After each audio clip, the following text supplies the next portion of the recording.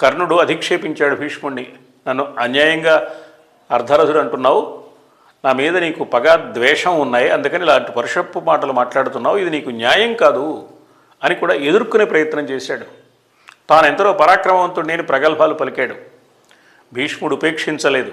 భీష్ముడు అన్నాడు, చిక్కని పోటుమానిసివిసి, చిక్కని పోటుమానిసివిసి, వినువారలు నవ్వనేమిగా ఎక్కుడు మాటలాడెదవు, అహీన పరాక్రముడర్జునుండు ఒక్కడు ఆరూరన్ మనల గెల్చె ఉగ్రరణంబున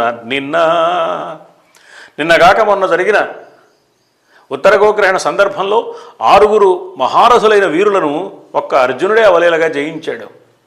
నేడిక్కడ పల్కులన్ గెలిచెదీవతని మన రాజు కొలువునన్. మన రాజు సభలో మాటలతో గెలుస్తున్నావు అర్జునుడిని ఏం చేస్తానో చూడండి అంటున్నావు, కానీ సరైన యుద్ధం సమయం వచ్చినప్పుడు మాత్రం అర్జునుడిదే పైచేయిగా ఉంటుంది. అన్ని సందర్భాల్లోనూ నీవు ఓటమి పాలైన వాడివే కదా, సిగ్గు లేకుండా ఇలా మాట్లాడుతున్నావు కర్ణ అని కర్ణుడిని స్పష్టంగా అధిక్షేపించి కర్ణుడి తప్పేమిటో మొహమాటం లేకుండా చెప్పినవాడు భీష్ముడు.